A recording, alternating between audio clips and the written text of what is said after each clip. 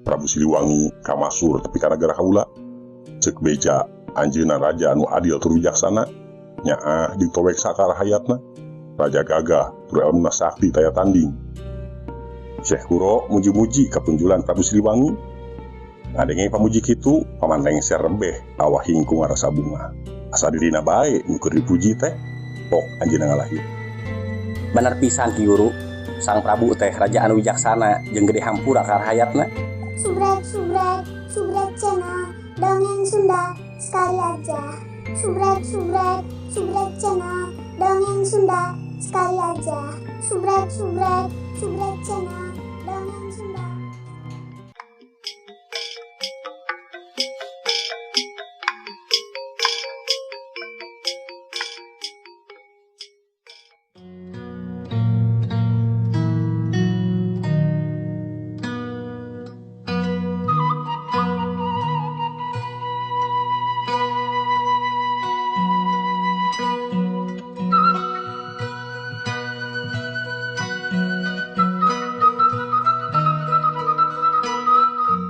Caturkeun dina hiji waktu Prabu Siliwangi nyaur Patih Tambirasa jeung paman lengser. Dua jalma anu dipikolo kerajaan Pajajaran. Teu lila duanana tuluy ting torojol nyampeurkeun. Geek dariuk semu ajrih hareupeun Sang Prabu. Paman Patih, cek Prabu, kaula nuhun Gusti, aya pikeun saeunaon? Embal Patih Tambirasa. Aya anu hayang ditepikeun ka paman teh. Cek selenting beja di Karawang aya hiji guru anu ngadekeun pasantren sarta nyebarkeun agama anyar. Eta guru teh ngaranna cenah Syekh Kuro, asalna ti negeri Campa. Nah paman geus apal. Ngadenge Sang Prabu nanya kitu, Patih Tambirasa pohara luasna. Kakar harita manehna ngadenge eta beja teh. Lumatak Ki Patih ngiluk bae. Narasa era pedah asa kacolongan. Tapi heulaan terang ku Sang Prabu ngeunaan kayaan di negeri Pajajaran. Hampura paman geus talobeh Gusti Prabu, kakara ayeuna paman ngadenge eta beja teh. Cek Ki Patih Tambirasa bari acong-acongan. Sugan paman lengser mah geus apal. Sang Prabu nanya ka paman lengser. Henteu Gusti Prabu, tong boro paman, Ki Patih ge geuning teu uningaeun. Lamun kitu urang geus kacolongan paman, cek Sang Prabu deui. Ngadenge kitu Patih Tambirasa beuki ngiluk bae, laun-laun tuluy timbul amarahna. Ambek ka Syekh Kuro anu geus sagawayah ngadekeun pasantren kalawan teu menta idin heula ka karajaan. Cong Ki Patih nyembah tuluy pokna.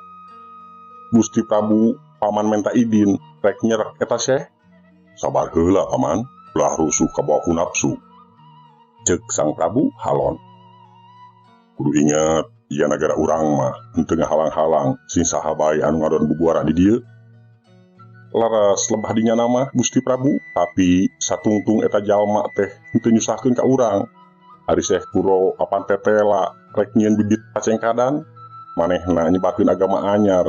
Rahayat Pajajaran tangtu bakal kabagi dua, anu milu ngagama-agama anyar jeung anu sadapan Sang Prabu jempling teu nembal. Teu lila ngalahir. Tapi paman, agama mah apaan urusan keyakinan, moal bisa dipaksa ku saha bae. Laras pisan Gusti Prabu. Nya, lamun kitu urang antepkeun bae heula.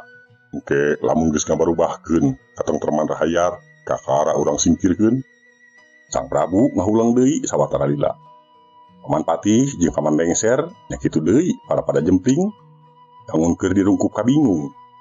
Cek beja, eta Syekh teh boga santri awewe anu kacida geulis na paman. Cek Sang Prabu. Nyi mah Subang Larang cenah ngaranna. Putri Ki Giring Tapa, Raja Singapura.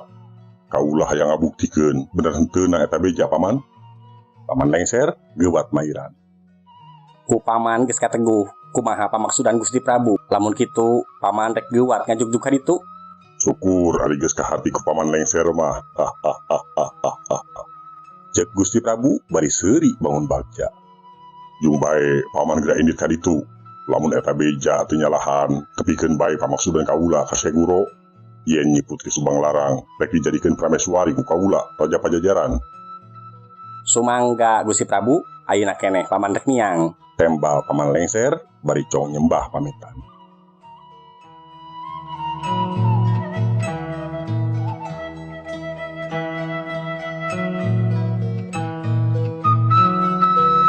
Catur di jalana, Paman Lengser geus tepi ka tempatan dijugjug nyaeta pasantren Syekh Guru di Karawang. Dibat wae manehna asup ka pakarangan pasantren. Sakedapan mah manehna colohok bae. Elok ngenjo kaayaan di sabudreunana. Eta pasantren teh pohara resikna. Di pakarangan aya taman nu pinuh ku kekembangan. Jalan leutik diampar ku batu karikil, but-bet ka ditu ka dieu. Tatangkalan ting kuyupu, tangkal buah jeung jambu keur meujeuhna meuhpeuy. Di direun masjid aya balong nu caina canembrang herang. Tidinya ti lebah masjid ku Paman Lengser kadenge sora nu keur ngalaong ngaji Quran. Basa Paman Lengser nenjo ka lebah taman, hatena ngalenyap, geuwat wae manehna nyumput ka lebah tangkal buah. Sidik pisan ku manehna katenjo di taman teh aya mojang keur anteng ngambung kekembangan. Kakara harita Paman Lengser ninggal awewe anu kacida geulisna, beungeutna ngadaung seureuh, kulitna hejo sarulang, panonna ngenclong cahayaan. Moal salah, ieu Nyi Putri Subang Larang teh. Berentes Paman Lengser, sawatara lila manehna ngan ngajanteng bae neges-neges Nyi Putri ti kaanggangan. Sampurasun, Cek Paman Lengser. Saha bagia ka dieu bae ka jero, tembal pribumi bari mukakeun panto. Paman Lengser dibagiakeun ku Syekh Guru, gek guanana dariuk di patengahan. Barabat Paman Lengser nyaritakeun pamaksudanana, manehna datang jauh-jauh ti puseur nagara teh lantaran ngemban amanat Sang Prabu. Maksudna rek menta tanggung jawab Syekh Guru lantaran dianggap teu ngajienan ka karajaan, ngadegkeun pesantren sarta nyebarkeun agama anyar kalawan henteu menta idin heula ka Pajajaran.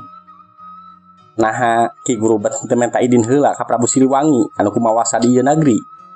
Cek Paman Lengser, ditanya kitu Syekh Guru ngabigeu bae teu bisa nembal. Naha ku Ki Guru henteu kasawang kumaha balukarna, rahayat Pajajaran bakal harengheng lantaran ayana agama anyar anu disebarkeun ku Ki Guru. Ditanya kitu Syekh Guru ngahulang bae sawatara lila. Tuluy nyarita halon pokna. Kaula mah henteu maksa ka saha oge, anu daek ngagem agama Islam syukur, anu henteu mah tara diharu biru. Keur dina henteu maksana oge, tetap ngabarubahkeun katentreman rahayat Ki Guru. Nah Ki Guru henteu ngarasa salah. Nya lebah ngadegeun pesantren mah kula teu bebeja ka karajaan, kaula rumasa dosa.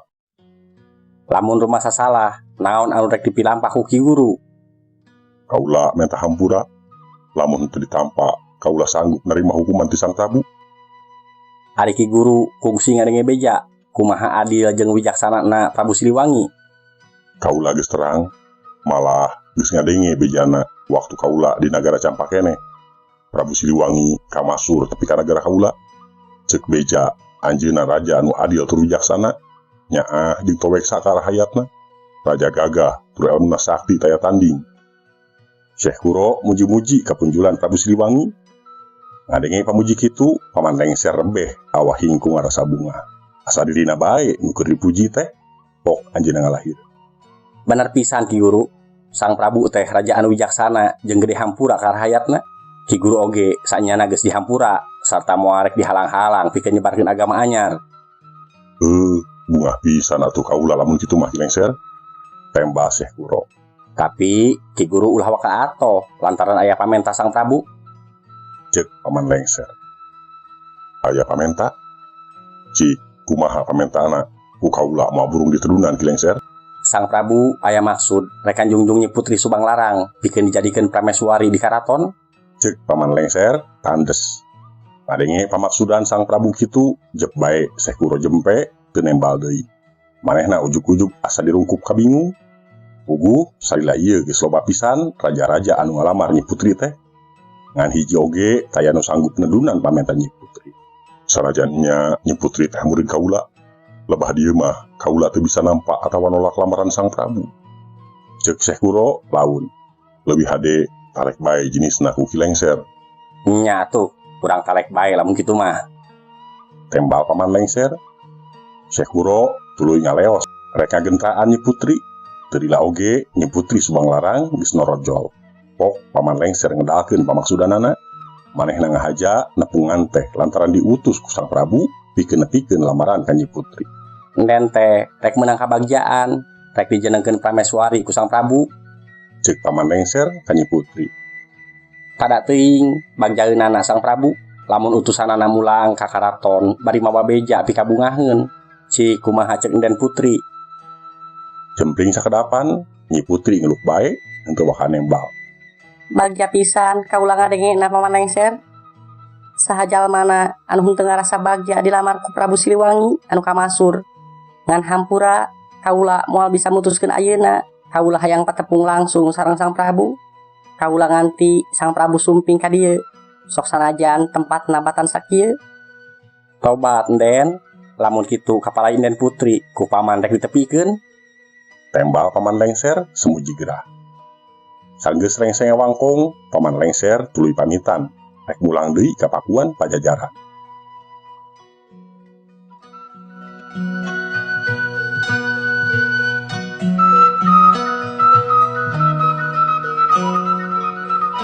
Ocapkeun Prabu Siliwangi sanggeusna tepung jeung Nyi Putri Subanglarang, gawena ngan hulang-huleng bangun ewuh pipikiran. Sapangeus si karaton milu nguyung, para prajurit punggawa katut pangagung kerajaan milu hariwang mireungeuh Sang Prabu terus nguyung beurang peuting. Di waktu Patih Tambirasa nepungan.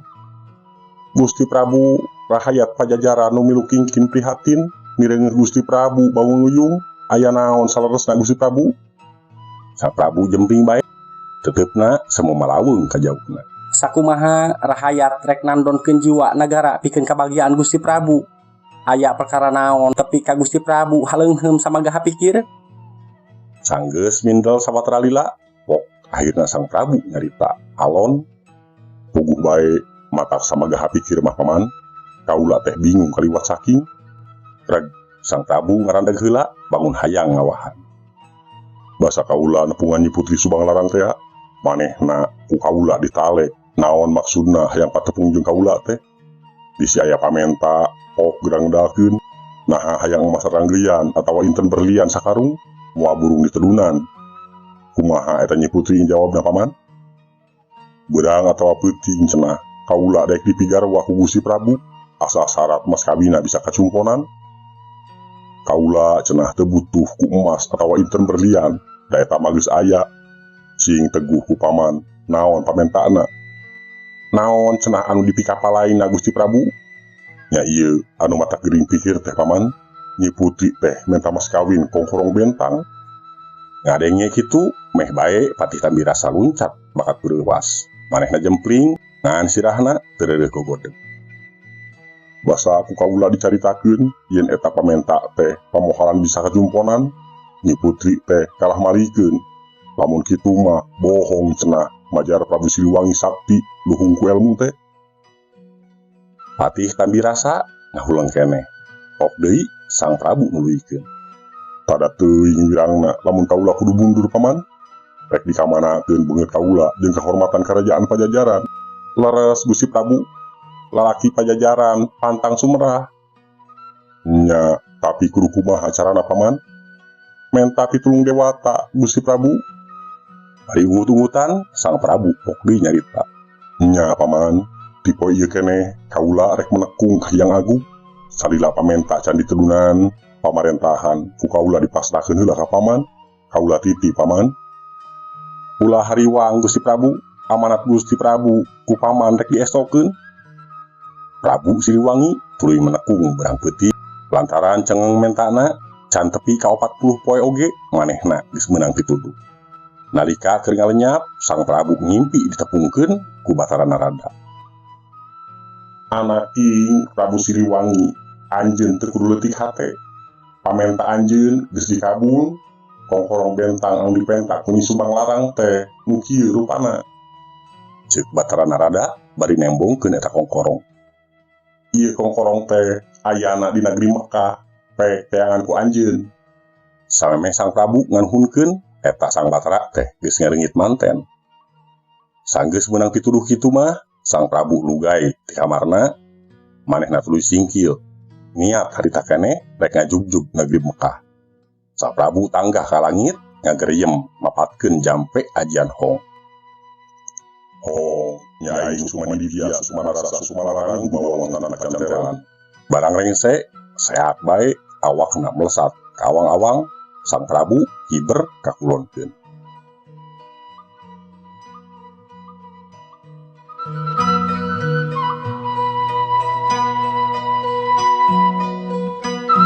Kocapkeun Prabu Siliwangi geus cunduk ka nagri Mekah. Beneran manehna patepung jeung Waliullah harita keneh kokorong bentang teh turun ti langit. Luk urag kahareupeun Waliullah Prabu Siliwangi ngacenghok. Cek pikirna ieu pisan kokorong bentang nu ditembongkeun ku Batara Narada dina impian teh. Basarek dicokot eta kokorong teh geus dicokot manten ku Waliullah. Kisana naha anjeun betrek nyokot ieu kokorong? Waliullah nanya. Pugu kaula datang jauh-jauh oge rek neangan ieu kokorong. Keur naon? Putri anu rek dilamar ku kaula menta mas kawin kokorong bentang. Lamun kitu mah anjeun teh raja nya.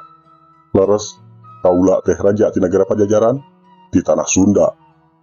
Ngagem agama naon anjeun teh? Agama Sunda wiwitan. Hanjakal atuh nu lain agama Islam mah teu meunangnya kali ieu kokorong. Tapi eta kokorong teh kudu kapimilih ku kaula. Bisa, tapi aya syaratna anjeun kudu ngucapkeun heula syahadat. Artina anjeun kudu asup heula agama Islam. Sang Prabu henteu mikir panjang deui. Harita keneh manehna menta dituyun di papatahan ngucapkeun kalimah syahadat. Rengse ngucapkeun syahadat, Waliullah tuluy nerangkeun bag-bagan agama Islam. Geus kitu mah eta kokorong teh tuluy dipasrahkeun ka Prabu Siliwangi. Manehna kacida ngarasa bagjana lantaran nu diteangan geus kapimilih. Sang Prabu pamitan rek mulang deui ka Pajajaran. Tapi barang manehna ngageriem mapatkeun ajian hong, awakna henteu melesat bisa hiber. Nah, ieu jampe teh bet leungit kasaktianana. Cek Sang Prabu heran. Moal ampuh deui ayeuna mah jampe teh lantaran anjeun geus ngagem agama Islam. Cek Waliullah bangun geus apaleun. Kumaha atuh sangkan kaula bisa mulang? Ulah hariwang. Hadieu. Cek Waliullah bari pasang kuda-kuda. Manehna namprakeun leungeun dina tuurna nu belah katuhu. Sok geura tincakeun suku anjeun kana dampal leungeun kaula bari maca bismillahirrahmanirrahim. Bari nincakeun suku katuhuna kana dampal leungeun Waliullah, Sang Prabu ngageriem maca bismillah. Biur we awakna ngapung ka awang-awang. Sang Prabu henteu mulang ka pakuan Pajajaran, tapi langsung mulu ka Karawang rek nepungan Syekh Kuro jeung Nyi Putri Subang Larang. Barang anjog ke tempat yang dituju, Sang Prabu tuluy bae uruk salam. Assalamualaikum. Waalaikumsalam. Tembak Syekh Kuro ti jero bari bukakeun panto. Sanggeus sasalaman, geek Sang Prabu diuk nyang hareupan Syekh Kuro. Tangtu Ki Guru aneh ngadenge kaula ngucapkeun salam. Cek Sang Prabu, lain aneh Gusti Prabu, tapi kaula ngarasa bagja. Barabat bae Sang Prabu ngadongengkeun lelampahanana ti mimiti miang ti Pajajaran nepi ka tepung jeung Waliullah di negeri Mekah. Tapi ka akhirna hasil bisa mawa kokorong bentang. Syekh Kuro teu eureun-eureun muji syukur ka Allah Subhanahu wa taala nu Maha Agung. Manehna kacida ngarasa bagjana lantaran Sang Prabu geus dipaparin hidayah, tapi kang ngagem agama Islam. Luwat wae Nyi Putri Subang Larang disauran, pilihlah Nyi Putri Norojol nyamperkeun, gek diuk emok gigireun Syekh Kuro. Diuk timpuh lantaran ngahormat ka Sang Prabu. Geulis hidup kudu muji syukur ka Allah lantaran Sang Prabu geus hasil mawa kokorong bentang, mas kawin anu dipentak ku hidup teh.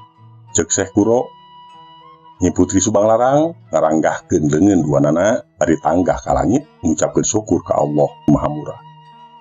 Alhamdulillah ala nikmatil Islam wal iman. Saraya puji mung kagungan Allah anu parantos mapari nikmat sareng iman ka abdi. Prabu Siliwangi tuluy ditikahkeun ka Nyi Putri Subang Larang kalawan mas kawin kokorong bentang nyaeta tasbih. Pamirsa, rupina mung sakitu anu tiasa kapihatur. Kirang langkungna simkuring nyuhunkeun dihapunten. Billahi taufik wa hidayah. Wassalamualaikum warahmatullahi wabarakatuh.